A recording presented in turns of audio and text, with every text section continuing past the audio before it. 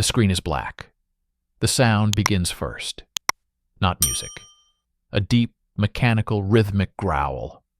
The grinding of steel tracks on hard surface. A diesel roar, deafening, close. It's the sound of invasion. The black fades to a stark, high-contrast image. It's not archival footage. It's a meticulously reconstructed shot, moving with cinematic dread. The camera is low, at cobblestone level. We see the massive, spiked wheels of a tank track churning, throwing up fragments of snow and dirt. The perspective is terrifyingly intimate. We are not watching the tank. We are in its path. The camera tilts up slowly, following the brutal, angular silhouette against a bleached, winter-white sky. This is a Tiger tank. Not a real one, but a perfect, menacing replica. Its long, overpowering gun barrel cuts across the frame. It's painted in stark winter whitewash, but the black crosses are clear. It rolls past blurry, deserted barricades made of torn-up tram rails and sandbags. There are no people, only the monster and the empty city. The scene is silent except for the engine. No heroic music, just the machine's heartbeat. It turns a corner, and there it is. The ultimate, shocking, impossible vista. The onion domes of St. Basil's Cathedral, the grim walls of the Kremlin, Red Square, vast and empty. The Tiger tank drives onto the historic stones, its tracks a sacrilegious noise in this silent, sacred space. It advances toward the very center of Soviet power. This is the ultimate Nazi fantasy, visualized. The nightmare made real. It reaches the middle of the square. And then, abruptly, the mighty engine sputters. A cough of black smoke from the exhaust. A final pathetic wheeze. The tank shudders and dies. Absolute, ringing silence. The hatch clangs open. A German crewman, his face a mix of confusion and fury, emerges. He slams a gloved hand on the steel hull. He looks around the deserted square, not with triumph, but with helpless rage. Then, from the edges of the frame, Soviet soldiers in long winter coats appear, cautiously, their rifles aimed. The tankers raise their hands. It's over. Captured without a single shot fired. The caption appears on screen, stark and simple. Moscow, October 1941. The legend. The image freezes, then it cracks, like old glass, and shatters. We are violently pulled into a bustling modern museum hall. The colors are vivid, real. The same tank, or one exactly like it, sits pristine under halogen lights. Children run around its tracks. Parents take selfies. It's a tourist attraction, a trophy. The voice of our narrator, a historian in his 40s with intense, focused eyes, cuts through the noise. His voice is not the detached voice of a documentarian. It's personal. It's the voice of a man obsessed. This story is a ghost. It haunts every museum plaque, every school book mention, every grandfather's tale about the war. A German Tiger tank, the most fearsome weapon of its day, reaches the heart of Moscow in our darkest hour and dies of thirst. It's the perfect story, a parable of hubris and logistical failure.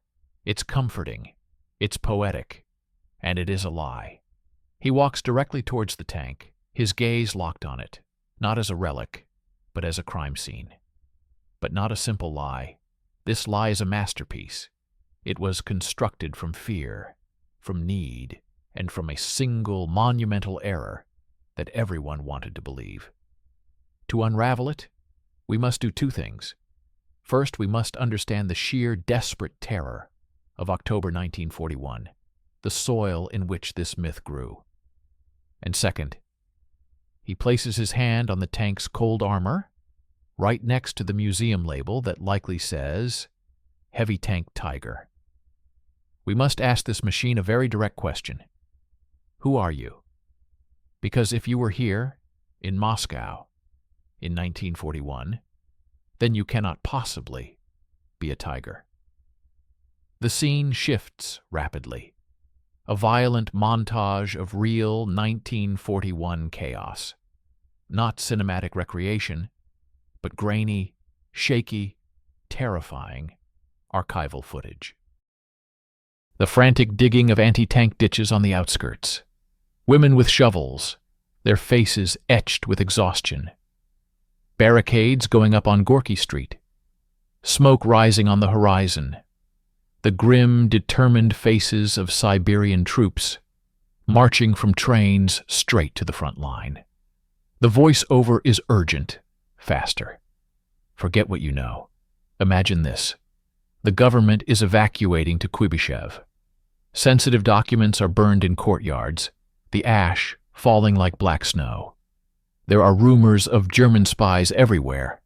The metro stations are closed, the stations turned into shelters. Every night, the city holds its breath, listening for the drone of bombers. This is not a city on the brink. This is a city that feels the abyss opening beneath its feet. In this atmosphere, any story is possible. The most absurd rumor can feel real, because the reality that the finest panzer divisions in the world are a few hours' drive away is too terrifying to process. We see close-ups of period newspapers with bold, defiant headlines, juxtaposed with faces of citizens reading them, their eyes wide with fear, not confidence. And into this psychic hurricane drops the story. Whispered, a German tank, a deep penetration, a miracle of capture. It spreads like an antidote to the poison of fear. It says the enemy is not invincible. They can be stopped by something as stupid as an empty fuel tank. It's a story of Soviet resilience and German arrogance. It's too good not to be true. We return to the historian. He is now in a quiet archive room, a single desk lamp illuminating a spread of old, frayed photographs. They show captured German tanks, but they are smaller, different. Not the hulking tiger from the square. But stories have anatomy. They are built from details. And the very first detail, the identity of the tank itself, contains the seed of the conspiracy. The Panzerkampfwagen 6, the Tiger, was a response to the Soviet T-34. Its design was approved in the spring of 1941. The first prototype was tested in April 1942. The first Tigers saw combat near Leningrad in August of 1942. Nearly a full year after this tank was supposedly captured, silent and helpless, on Red Square. He lets the implication hang in the silence of the archive. The lie has been exposed in its very foundation. So we are faced with a stunning possibility. The central icon of the story, the mighty tiger, is a time traveler. An impossibility. Which means the entire edifice of the legend is built on a ghost. But ghosts don't come from nothing. They are born from real pain, real events, and a desperate human need to reshape memory into something survivable. Our investigation starts here with this undeniable fracture in time. If it wasn't a tiger on the square, then what terrible or perhaps more mundane truth is this beautiful, comforting lie hiding? The final shot is a slow push-in on one of the archival photos, a grainy image of a different, older German tank, abandoned in a snowy Russian field, its tracks broken. The image is bleak, unheroic, and full of a different, more profound truth. The stark, frozen field from the last chapter dissolves. We are no longer looking at a single photograph. We are thrust into a maelstrom of paper and light.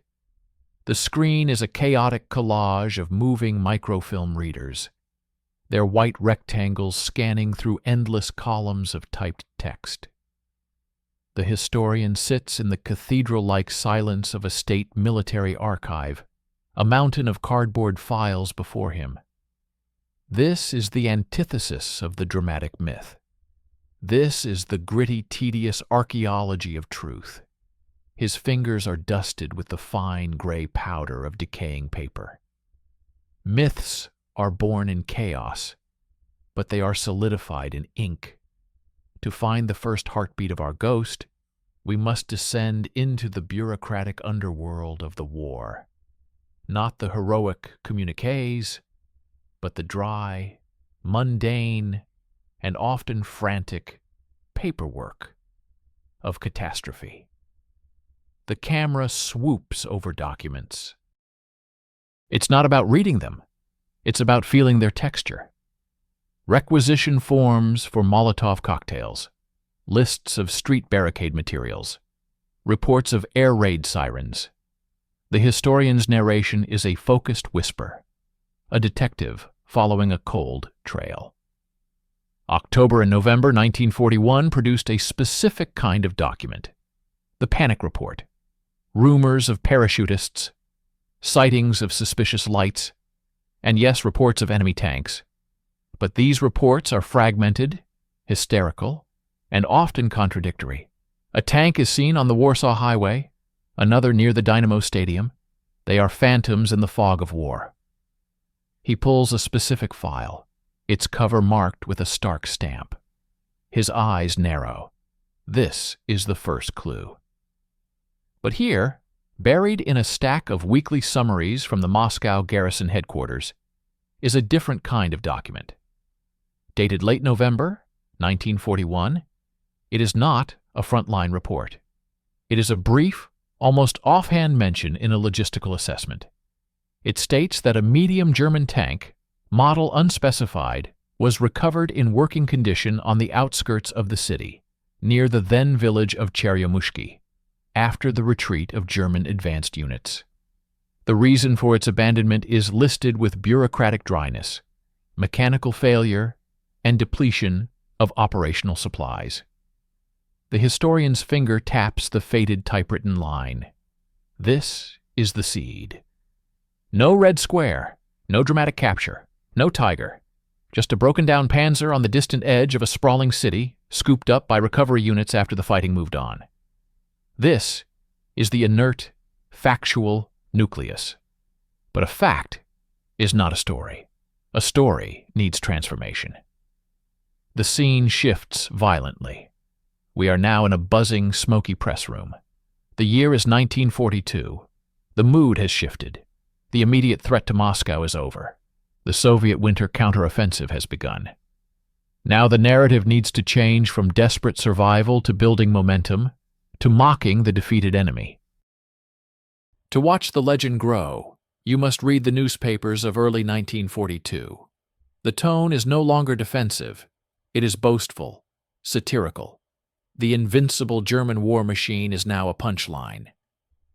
Headlines flash across the screen from publications like Krasnaya Zvezda and Pravda. Cartoons show Hitler crying over frozen tanks. And then we see it. A short, illustrative article from February 1942. The historian's translation is overlaid on the scanned newsprint. It tells an anecdote. Our brave soldiers, it says, captured a fascist tank almost in the city itself. The invaders, it seems, were in such a hurry to parade through our capital that they forgot to check their fuel gauges. The historian leans back, connecting the dots. Here is the alchemy. The dry fact, depletion of operational supplies, from the November report is stripped of its context. The location is vague, moved almost in the city itself.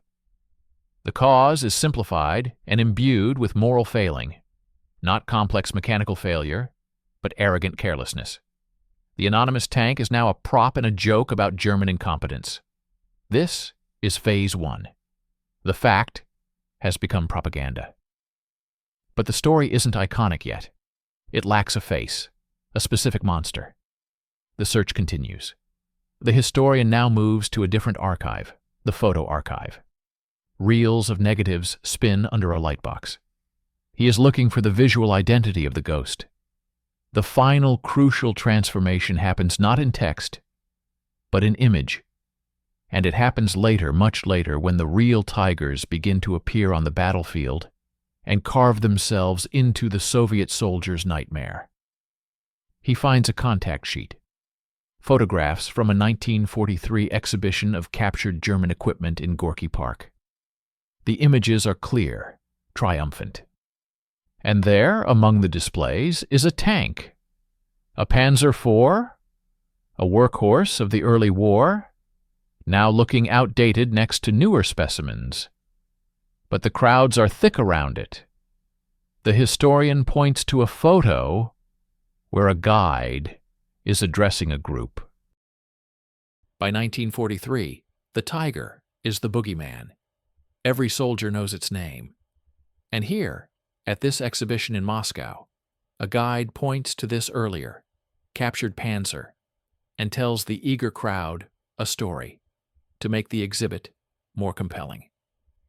This, he might have said, is one of the tanks that reached the very approaches to Moscow. Over time, through 1,000 retellings, approaches to Moscow becomes the suburbs, then the city limits, then the center. He pulls two photos side by side on the lightbox. On the left, the 1943 Panzer IV from the exhibition. On the right, a clean post-war museum, shot of a tiger tank, the one from the Modern Museum in Chapter 1. And the tank itself undergoes a memory upgrade. The mind, especially the traumatized collective mind, replaces the old, forgotten model with the ultimate symbol of the threat that was faced. The Panzer IV of 1941 is boring. The tiger is iconic. So, in the vast museum of public memory, the exhibit is silently replaced. The story deserves the most fearsome monster. Thus, the tiger that never was is born. The historian stands up, leaving the archives. He is outside now, on the modern, busy street that was once the outskirts of 1941 Moscow. He looks at the high-rise apartments, trying to peel them back. So we have our blueprint. A real mundane event, a broken-down medium tank abandoned on the periphery, lifted by propaganda into a mocking anecdote about fuel. Then, years later, grafted onto a more fearsome later model of tank to fit the evolving legend of the war. A story improved, upgraded, and weaponized for memory. But this is all theory, paper and photographs. To confirm it, we need the machine itself. We need to interrogate the physical evidence. We need to go into the belly of the beast and ask it, forensically, to reveal its true name. The camera pushes in on his face, the gears of the investigation visibly turning. The documents give us the ghost's birth certificate. Now we need its fingerprint. The cold Moscow air from the previous chapter is replaced by the cavernous, echoing chill of a restoration hangar. We are not in a museum display hall. This is the backstage, the clinical space where history is taken apart and put back together. The lighting is stark, industrial, throwing long, sharp shadows from steel beams.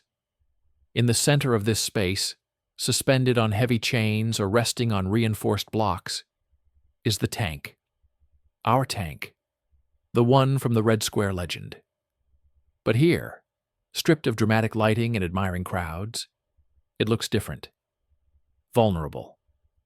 It is a patient on an operating table. And our historian is not alone. He is joined by a new figure, Svetlana, a mechanical engineer and tank restoration specialist in her 50s. She wears oil-stained coveralls, and her hands, covered in fine scars and permanent grime, move with a surgeon's precision. She does not look at the tank with reverence. She looks at it with the penetrating gaze of a mechanic who has seen every trick, every patch job, every lie a machine can tell. Paper tells one story. Steel tells another. And steel never lies. To find the truth, we must perform an autopsy on our ghost. We must ignore the stories painted on its hull and listen to the whispers of its welds, its serial numbers, the very shape of its bones. Svetlana doesn't speak of myths. She speaks of stress points, metallurgy, and factory stamps. She leads the historian on a physical walk-around of the machine, and her commentary is a brutal dismantling of the tiger legend. First, the silhouette. The myth requires a monster. The tiger is a heavyweight boxer, low, long, with a massive rectangular hull and that infamous 88mm gun. But look at this. Her hand slaps the tank's flank. The camera follows her gesture. This hull is taller, narrower. The angles are wrong. The tiger's armor plates are flat, slab-sided for simplicity. This hull has a subtle, complex shape, with more pronounced sloping on the upper front plate. This is not German over-engineering. This is an earlier design philosophy. She moves to the suspension system, the tank's signature fingerprint. She points a high-powered flashlight at the wheels. This is the kill shot. The Tiger has interleaved road wheels, a complex overlapping system like a fancy watch. It was revolutionary and a nightmare to maintain. Look here. The light illuminates a simpler, cleaner arrangement. Larger, evenly spaced road wheels with distinct gaps between them. This is a Christie-type suspension, adapted and simplified by the Germans. It is the signature of the Panzer III and the early Panzer IV. This is the suspension of 1939, not 1942. The investigation moves inside. The historian, wearing a headlamp, follows Svetlana into the dark, cramped tomb of the fighting compartment. The air smells of cold metal, old grease, and decay.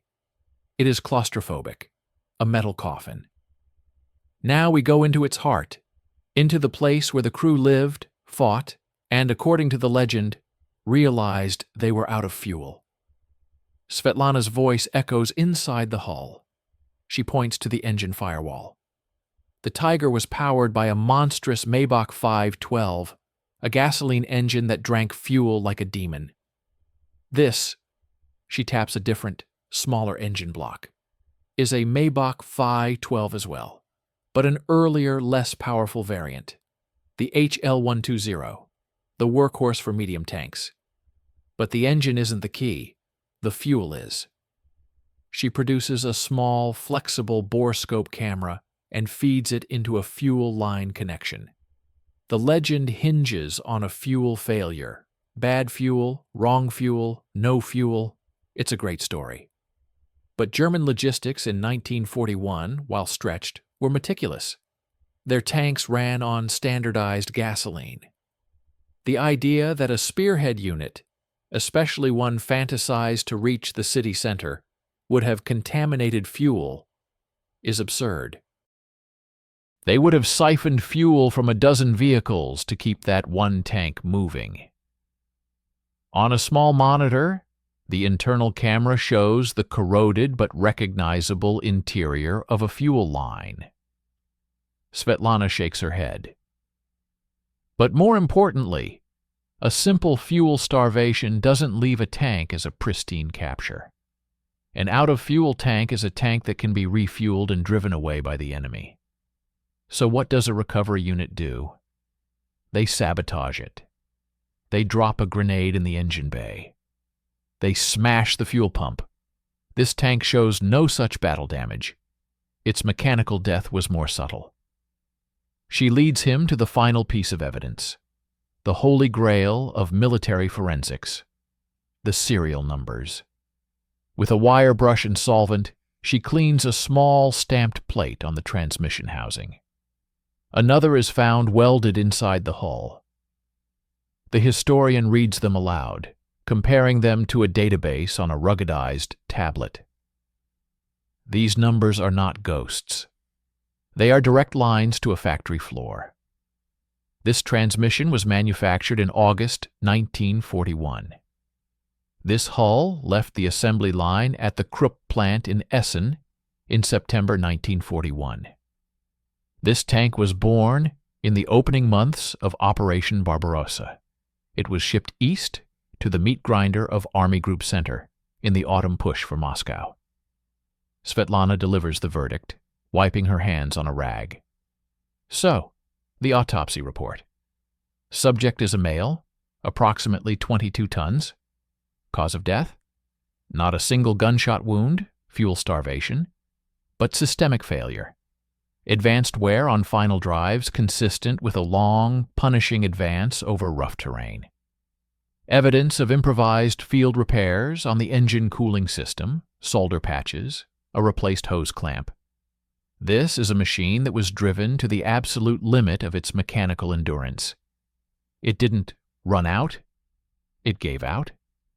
It was a Panzer IV Ausf E or early F1, a good soldier for 1941, but not a tiger, not a monster. Just a machine that broke, like thousands of others, on the cruel road to Moscow. The historian emerges from the tank's belly, blinking in the hangar light. He looks at the machine with new eyes. It is no longer an icon. It is a casualty report, written in steel. The forensic evidence is irrefutable. The ghost has been identified. It is not the specter of a 1942 Tiger haunting 1941. It is the very real, very broken ghost of the actual 1941 campaign. But this raises a deeper, more unsettling question. If the truth is so clear, so physically obvious, why was the lie not just accepted but cherished? Why did we need to replace this broken-down Panzer IV with a mythical Tiger? To answer that, we must leave the metal behind and step into the darker, more fragile world of the human mind, under siege. The camera pulls back from the tank on the blocks. It looks smaller now, ordinary. The real terror, the chapter suggests, was not in the machine, but in the reason we had to make it into something it was not. The clinical hangar dissolves. The sharp smell of oil and steel is violently overwritten by the imagined scent of burning leaves, wet wool, and cold fear. We are no longer examining a machine. We are reconstructing a psychological state, a collective nervous breakdown. The screen fractures into a mosaic of sensory fragments, a visual and auditory overload simulating the panic of October 16, 1941. This is not a linear history lesson. This is an experiential dive into the raw fuel that powered the myth. To understand why the lie was necessary, we must first inhale the atmosphere of the truth. And the truth of mid-October 1941 in Moscow was not just fear. It was a psychic contagion, a collective unraveling known as the Great Panic. This was the fertile, toxic soil where the seed of our tank legend took root. The visuals are disorienting, oppressive. Shaky, handheld recreations mix with stark, close-up archival shots. Sound. A cacophony of factory whistles, mistaken for air raid sirens, shouting, the crush of crowds, the static crackle of loudspeakers issuing unintelligible orders. Sight. A torrent of disconnected, terrifying images. Documents fluttering down from upper-story windows, burning in pyres and courtyard furnaces. Long queues snaking from closed banks, faces rigid with disbelief. Trams abandoned in the middle of streets, their doors yawning open. A grandmother dragging a child in one hand and a canary in a cage in the other. The historian's voice is lower, urgent, cutting through the noise. Official history speaks of steadfast resistance, and it existed. But beneath that, in the veins of the city, flowed raw, unreasoning terror. The government was evacuating, the enemy was at the gates, the structures of daily life were collapsing. In this vacuum, rumor became the only news that mattered. We see rapid-fire text overlays, replicating the whispers. The bridges are mined. The metro is closing forever. German motorcycles are on the outer ring road. Each rumor is more outlandish than the last, yet utterly believed. And amidst this, the most potent rumor of all, German tanks. Not on distant fronts, but here, in the suburbs, on the highways. The mind, starved for concrete information and primed for the worst, conjured them everywhere. A truck, backfiring, became a tank cannon.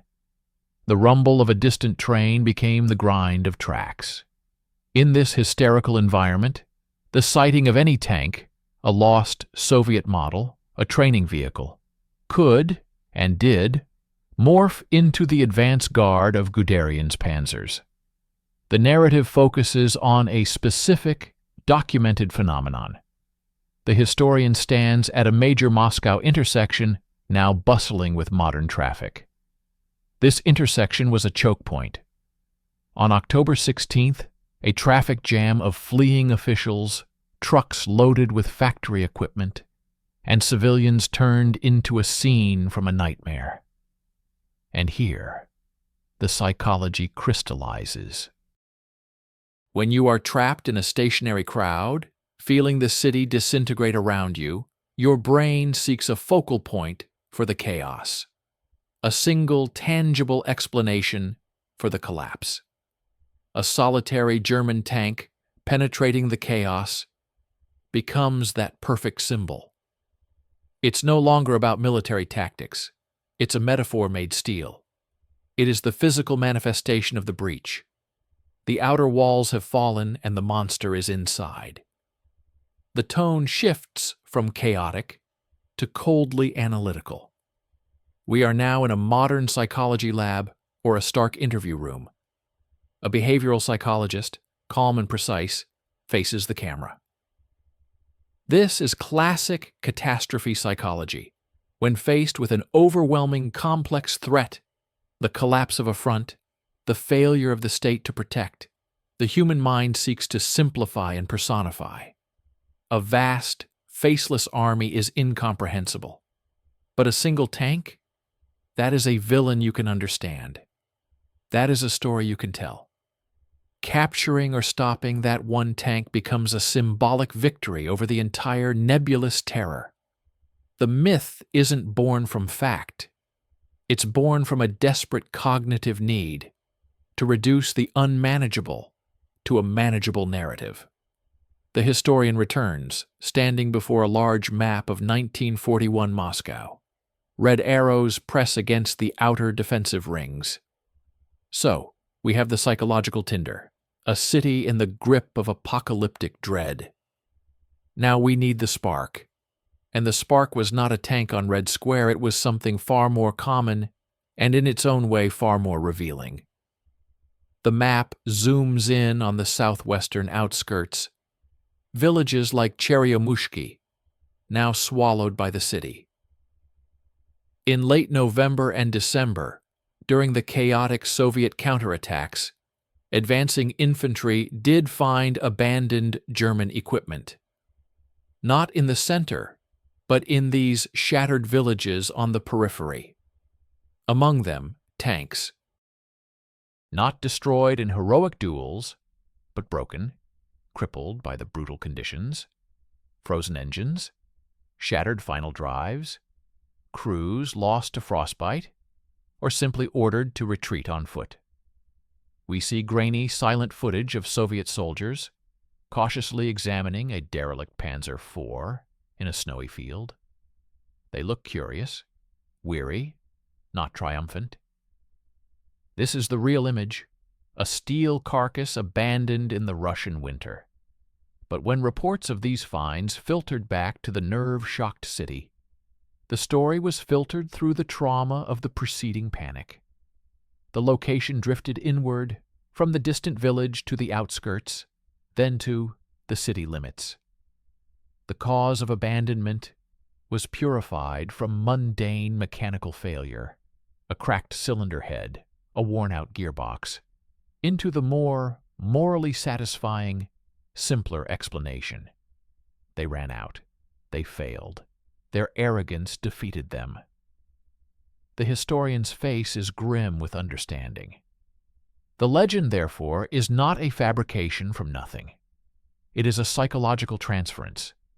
It takes the deep, diffuse, humiliating trauma of the Great Panic, the feeling of being abandoned, of utter vulnerability, and it grafts it onto a tangible captured object. It takes the internal enemy, the fear, the chaos, the helplessness, and projects it outward, onto a single, external, defeated villain. The broken Panzer IV becomes a scapegoat for the collective breakdown. By saying a tank reached the square and died, what we are really saying is, our terror had a shape, and we captured it. We survived it. He looks directly at the camera, the weight of the revelation clear. So we have the why, the desperate human need for the myth.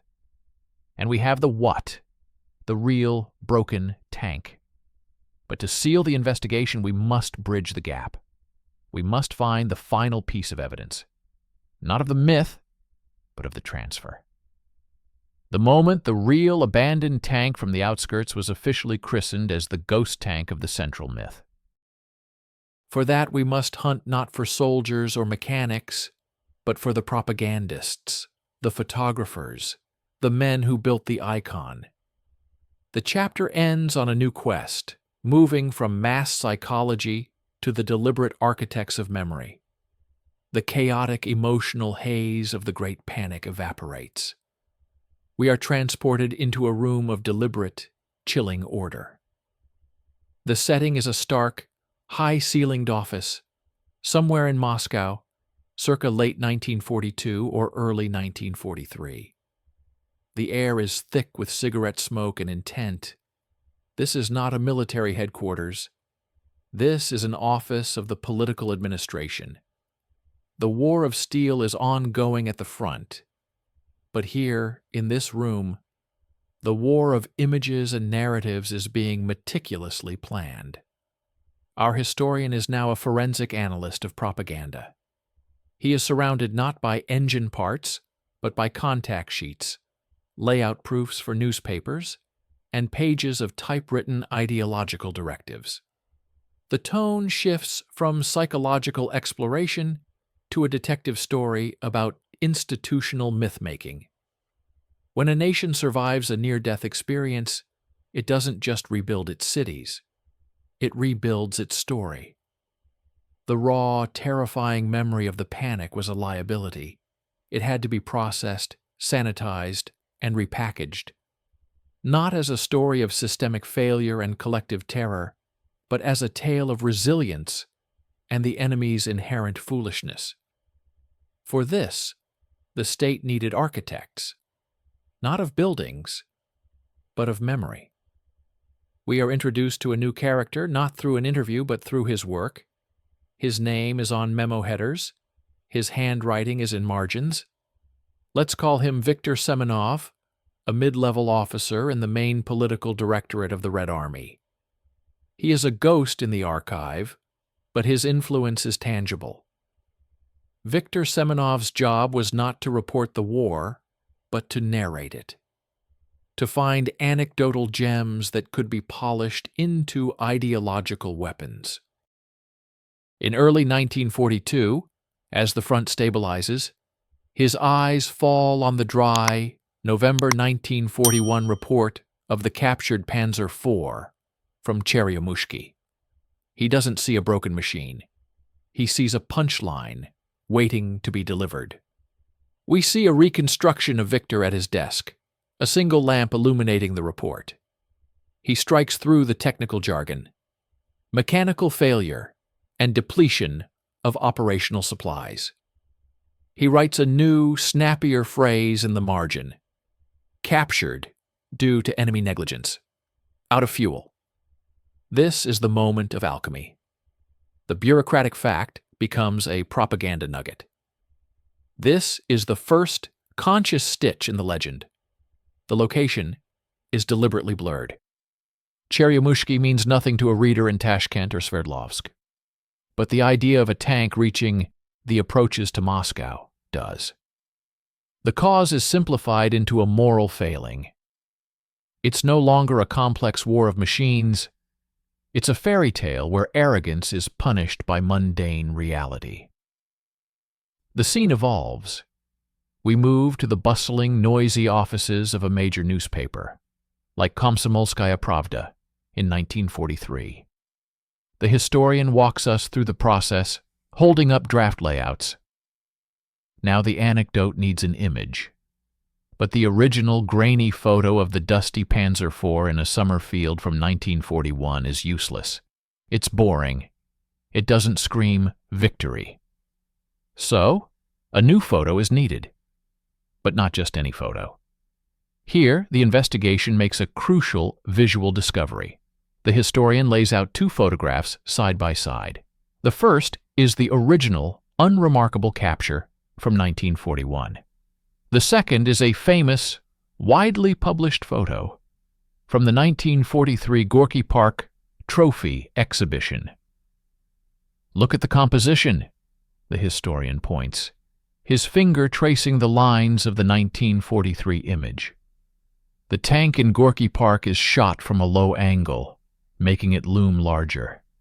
It's been cleaned. A proud Red Army soldier stands posed on its hull, pointing somewhere into the distance, as if explaining its capture.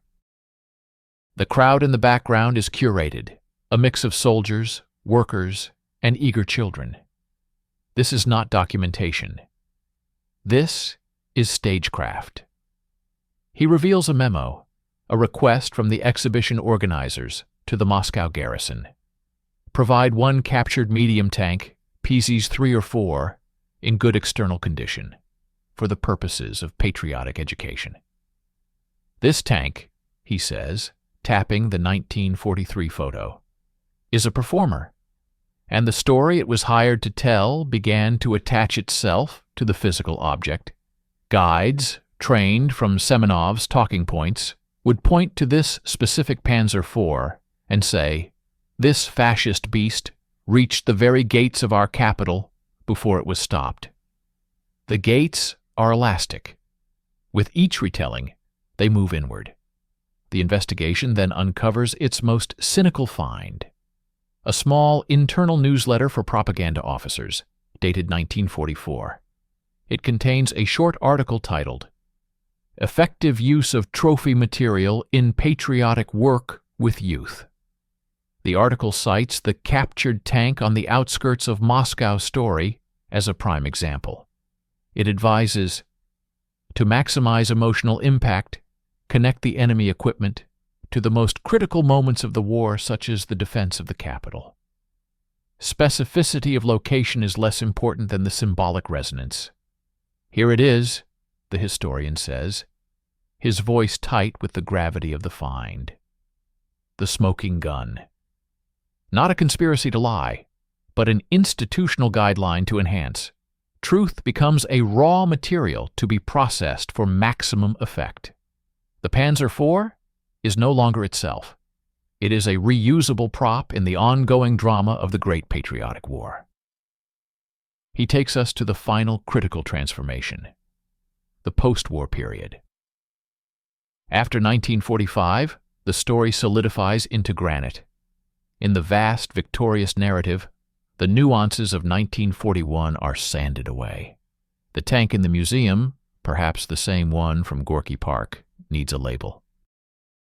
And by the 1950s and 60s, the public memory, fed by 1,000 war movies and simplified memoirs, knows one iconic German tank, the Tiger.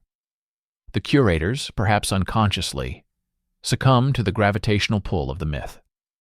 The label is written, Heavy Tank TVI Tiger. The dates are fudged. The public's expectation, that the most dramatic story must involve the most fearsome tank, is finally met. The architecture is complete. The real Panzer IV is entombed within the legend of the Tiger. The historian stands in a modern archive storage room surrounded by boxes of old propaganda leaflets. The air is still. So we have traced the blueprint, from a bureaucrat's marginal note, to a staged photo in a victory exhibition, to an institutional handbook, to a museum plaque. Each step was small, logical, and served a purpose for its time. No single person set out to create the Red Square Tiger myth. It was built collaboratively, brick by people doing their jobs, to motivate, to educate, to unify. But in doing so, they constructed a ghost so powerful, so resonant, that it would completely overwrite the simpler, darker, and more human truth of a machine that broke down on the edge of a terrified city. He closes a file box with a soft thud of finality. The architects have left us their building. Now we must strip away the facade and reveal the original weathered stone beneath. We must find the real story of that specific Panzer IV in the museum. Not as a symbol, but as a soldier. We need to learn its real name, its real unit, and the real brutal day it died. The quiet of the propaganda archive is shattered by the visceral, deafening roar of battle. We are no longer in offices or museums. We are thrust into the frozen hell of the Eastern Front, November to December 1941.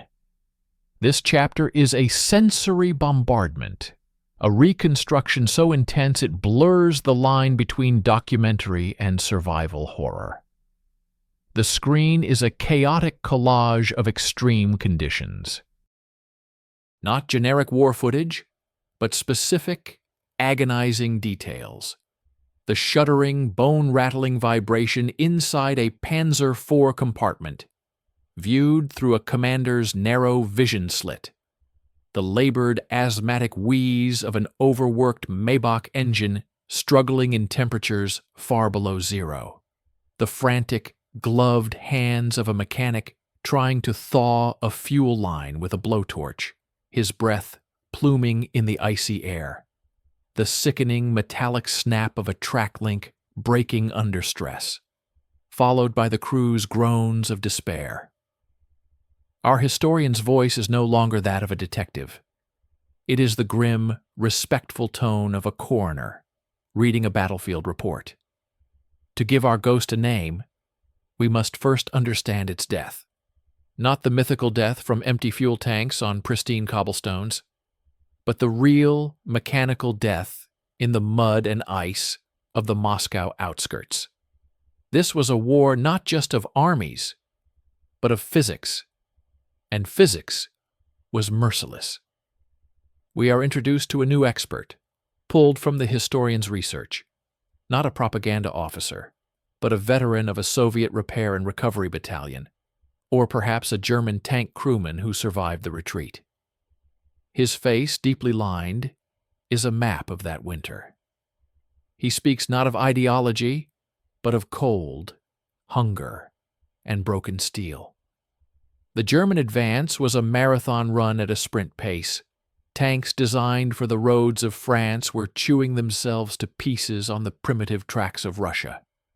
The fine dust of summer turned into a grinding paste in autumn, and then into a concrete-like mud that froze solid around every moving part. Engines ran without stop for weeks. Filters clogged, lubricants turned to glue, metal became brittle. The historian overlays this testimony with the forensic evidence from Chapter 3. He shows the close-ups of the worn final drive, the patched coolant lines. Every scar on our tank's metal body is a diary entry. This stress fracture here, that's from hitting a frozen ditch at speed.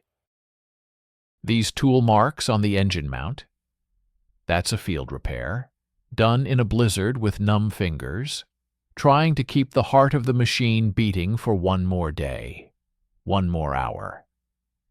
Now, the investigation makes its crucial leap.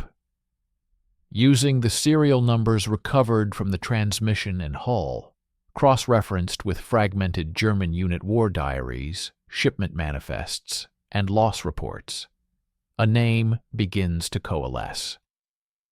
The numbers lead us to the 3rd Panzer Division, part of Army Group Center's spearhead. They lead us to a specific company, a specific platoon. And through the fog of burned records and lost histories, we find a possible identity. Panzer IV, Tactical Number 423, from the 2nd Battalion. Its crew, a young lieutenant, a driver, a gunner, a loader, a radio operator. Names that may be lost forever, or perhaps are waiting in a faded letter in a German attic. The narrative does something daring. It visualizes the tank's final hours, not as a heroic Soviet ambush, but as a slow, grinding failure. We see it from the German crew's perspective, the constant gnawing anxiety over fuel gauges, the arguments over whether to push forward or conserve the engine. The moment a strange vibration starts in the drivetrain. The decision, on a frozen track, near a nameless cluster of wooden huts, Cheryamushki, to stop and investigate. The diagnosis: a catastrophic failure in the final drive. The tank is immobile. The frantic, hopeless attempts at repair as light fades, and the sound of Soviet mortar fire grows closer. The order: abandon, set charges. But the charges fail to detonate, or are forgotten in the panic of a sudden infantry attack, or the order for a hasty retreat. This was not a capture, the historian states, standing in the modern, peaceful suburb that now occupies the area. He holds a declassified Soviet after-action report from December 1941. It was a recovery, a finding. The enemy was gone. What they left behind was not a trophy of battle, but a casualty of exhaustion. The report notes, enemy medium tank, disabled, found at grid reference, no enemy personnel. Vehicle appears to have been abandoned due to mechanical defect. He then traces the tank's journey backwards. From the snowy field, onto a Soviet recovery vehicle, to a rear area workshop where curious soldiers probably scavenged it for souvenirs, then to the holding depot, and finally, to the request from the Gorky Park exhibition organizers. This is the true biography, not a lightning strike to the heart of the capital, but a long, slow bleed-out on the periphery. Its end was not dramatic. It was administrative. It was logged, transported, and stored. Its value shifted from military to pedagogical. It became a teaching tool, then a monument, and finally, a character in a play it never performed in. The historian obtains, or dramatically reconstructs, a last letter from a German soldier of the 3rd Panzer Division, dated early December 1941. The words are not about strategy, but about the cold, the fear, and the longing for home. It speaks of machines breaking down and being left behind like dead horses. This is the human truth beneath the steel. The legend gives us a flawless, arrogant enemy machine humiliated by its own hubris. The reality gives us a tired, conscripted crew in a flawed, overworked machine, defeated by distance, weather, and industrial attrition. One story is a fable, the other is history, and history is always more tragic and more human than myth. He looks at the tank in the museum one final time, but now he sees the ghost of the young lieutenant, the exhausted driver, the frozen ground where they made their decision to leave it behind. We have found our soldier's name, not Tiger, not the Red Square tank. It was Panzer 4423, a machine that failed, like so many others, at the absolute limit of its reach. But our investigation cannot end here. Because a myth this powerful doesn't exist just because of a mistake. It exists because it feeds us something. It fulfills a hunger that the raw, uncomfortable truth cannot. To fully bury the ghost, we must understand not just how it was born, but why we even now are so reluctant to let it go. The chapter ends not on a fact, but on a psychological cliffhanger. We have the truth, but we are forced to confront our own complicity in believing the lie. The brutal, frozen battlefield of the last chapter fades, but its grim reality lingers like a shadow. We are now in a different space, a modern, softly lit focus group room or a university lecture hall. The air is clean, temperature-controlled, safe. The contrast is jarring. In the center of the room, projected on a large screen, are the two competing images. The cinematic, menacing tiger on red square from the legend's opening, and the grim, archival photo of the broken-down Panzer IV in the muddy field. Our historian is no longer just an investigator. He has become a prosecutor in the trial of collective memory. But he is also a psychologist, probing a willing audience. We have the evidence. We have the documents, the forensic report, the true story. The myth is dismantled. Case closed. But this is where the real mystery begins, because facts are weak. Truth is often brittle, ugly, and unsatisfying. But a myth is powerful. It is resilient. It feeds a hunger. So we must ask, what are we so hungry for that we prefer this beautiful, dramatic lie to the plain, brutal truth? The historian walks along the row of faces. Students, veterans' grandchildren, ordinary people. He poses the question directly, not to the camera, but to them. Let's conduct an experiment. Close your eyes. Think German tank in Moscow, 1941. What do you see? The screen splits, showing a whirlwind of popular culture clips. Dramatic war movies with sleek tanks, menacing cityscapes, video game cutscenes, book cover illustrations, dramatic paintings from Soviet-era museums. The imagery is consistently epic, clean, and symbolic. You see a tiger. You see Red Square. You see a perfect, iconic confrontation. Because that is the story we have been fed, and more importantly, it is the story we have chosen to digest. The truth, a broken-down, medium tank, abandoned in a slushy field on the city's edge, does not make your heart pound. It does not fit the archetype. We are introduced to a new expert, a cultural anthropologist, or a specialist in memory studies. She speaks with calm, devastating clarity. The Red Square tiger myth is a classic monomyth adapted to total war. It has all the elements: the seemingly invincible monster, the tiger, the sacred space being violated, Red Square, the heart of the nation, the apparent moment of triumph for the villain reaching the center, and the miraculous, almost whimsical defeat out of fuel.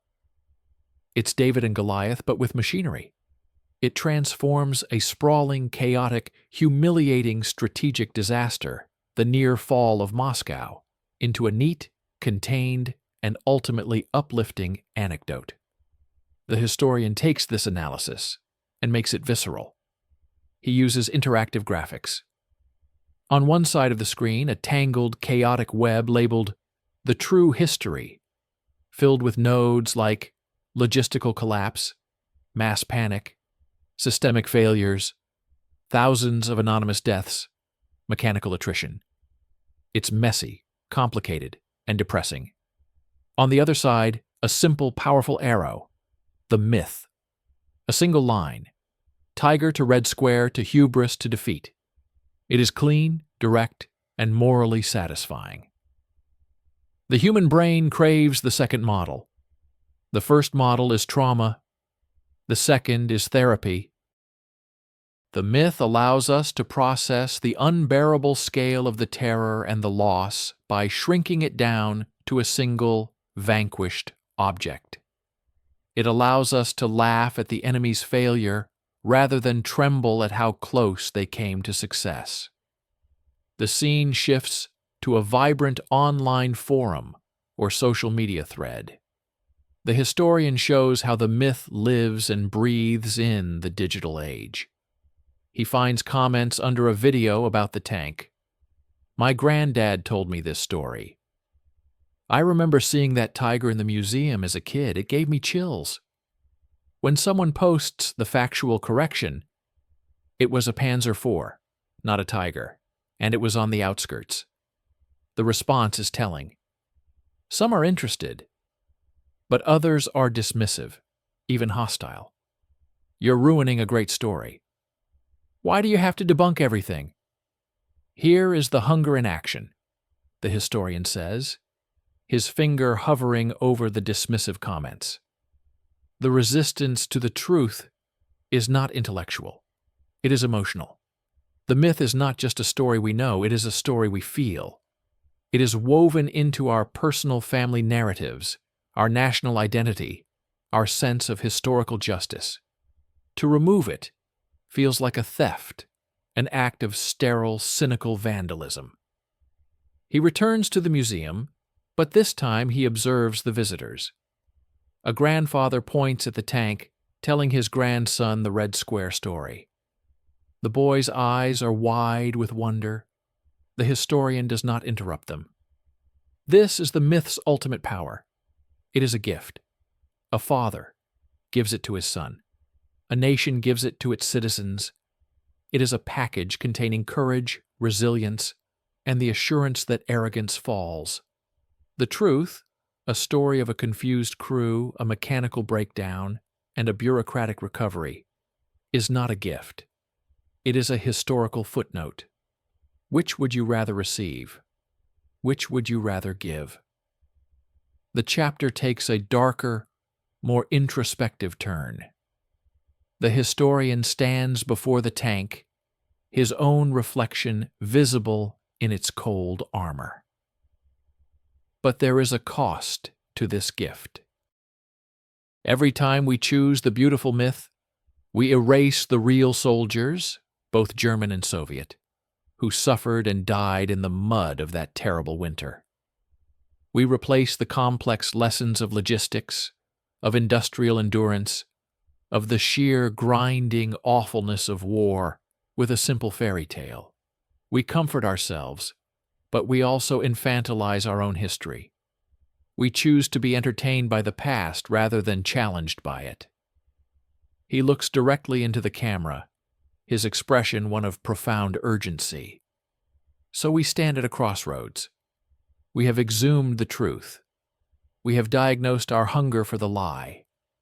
The final question is not about history, but about us. Now that we know, what do we do? Do we carefully place the comforting myth back on the shelf and walk away? Or do we have the courage to embrace the harder, heavier, more meaningful truth? The choice will determine whether this tank remains a ghost that haunts us with a false past, or finally becomes a monument to the real brutal cost of the war that shaped our world. The chapter ends not with an answer, but with a heavy, resonant silence, placing the responsibility squarely on the viewer. The investigation of the past is over. The judgment of the present begins. The sterile, introspective space of the focus room dissolves. We are back in the restoration hangar. The same harsh, unforgiving light. The same Panzer IV still on its blocks. But nothing is the same. We are not looking at a mystery to be solved or a lie to be exposed. We are looking at a witness, the final, silent witness to everything we have uncovered. Our historian enters the frame. He does not carry files or a tablet. His hands are empty. He approaches the tank slowly, not with the energy of an investigator, but with the solemnity of someone approaching a grave site. The frantic pace of the previous chapters is gone, replaced by a slow, resonant gravity. We have followed the ghost through archives, through psychology, through propaganda offices, and across frozen battlefields. We have cornered it with facts and logic. We have unmasked it. But a ghost, once understood, does not simply vanish. It transforms. It leaves something in its place, something heavier than any myth. He stops within arm's reach of the tank's sloped front plate. His voice drops to a near whisper, forcing the viewer to lean in. This is not the Tiger of Red Square. That tank never existed. It was a phantom, a composite, a story. But this is real. This steel was forged in Essen in 1941. This engine breathed the dust of the Smolensk road. This radio, now silent, once crackled with orders and panic in German. These track links chewed through the mud towards Moscow until they could chew no more. The camera moves in an agonizingly slow orbit around the vehicle. It no longer seeks identifying features or forensic evidence. It seeks texture, the pitting in the armor from rust and time, the deep, unglamorous scratches, the faded, ghostly outline of a cross, almost painted over. It treats the tank not as a machine, but as a relic, an archaeological find of immense emotional density. The myth was lightweight. It was built for easy carrying, a parable, a joke. But the truth has mass. It has the mass of this specific 22 tons of steel. It has the mass of the 5 young men who lived inside it, whose fate we may never fully know, whether they froze in the retreat, died in a POW camp, or survived to carry this failure with them for decades. It has the mass of the Soviet soldiers who found it, not as heroes in a dramatic capture, but as tired, cold men seeing yet another piece of discarded war junk. The historian places his palm flat against the cold armor. It is not a gesture of conquest, but of connection. When we choose the myth, we choose the easier weight. We choose to remember the war as a series of iconic, symbolic moments. Good versus evil, with a clever, ironic twist at the end. But when we choose the truth, we choose to bear the weight of the real. We choose to remember the war as it was, a colossal grinding engine of industrial-scale suffering, where outcomes were decided by frozen grease, shipping schedules, radio malfunctions, and the breaking points of young men and their machines. The scene shifts one final time. We are no longer in the hangar, but in the public museum hall. The lights are dim, the day is ending. The tank sits in its usual spot, under the familiar label that likely still calls it a tiger. But our historian does not look at the label. He watches the last few visitors. A teenage boy walks past, earbuds in, barely glancing at the tank. An older woman stops, looks for a moment with unreadable eyes, and moves on. The myth is not being actively told here now. The tank is just a thing, part of the furniture of history. The legend will likely outlive us. It is too good a story to die. It will be told again, in some book, in some game, in some family kitchen. But now we know. And that knowledge changes everything. It means that when we hear that story, we can appreciate its power as a psychological artifact, as a piece of folklore born from terror. We can understand why it was needed, and then in our own minds we can quietly replace it with what we know to be true. He walks away from the tank, not with his back to it, but sideways, keeping it in view until the last possible moment. The truth does not make this tank less important. It makes it infinitely more important, because it is no longer a symbol. It is a piece of evidence. evidence of exhaustion, evidence of limit, evidence of the vast, anonymous suffering that lies between the lines of heroic narratives. This Panzer IV did not humiliate the German war machine on the stage of Red Square. It testified silently and irrevocably to that war machine's mortality in a ditch near Sheryomushki. And in that testimony, in its broken, ordinary, real state, it tells us more about the true nature of war than 1,000 mythical tigers ever could. The final shot does not linger on the tank. It lingers on the empty space around it, the quiet hall, the parquet floor. The implication is clear. The real story is not in the iconic object itself, but in the space between the myth and the reality, in the silence that follows the dismantling of a beautiful lie, in the weight of that silence, which we are now left to carry. We came to find a ghost. We end by burying it, not with a denial, but with respect. We lay to rest the phantom tiger, and in doing so, we finally allow the real tank to speak. Its voice is not a roar of engines or the punchline of a joke. It is the low, relentless whisper of friction, of fatigue, of things pushed past their breaking point. It is the true sound of history, and it is our responsibility now to listen. The screen fades to black, not to the triumphant music of a mystery solved, but to the resonant, unsettling quiet of a deeper, more demanding understanding. The investigation is over. The reflection has just begun.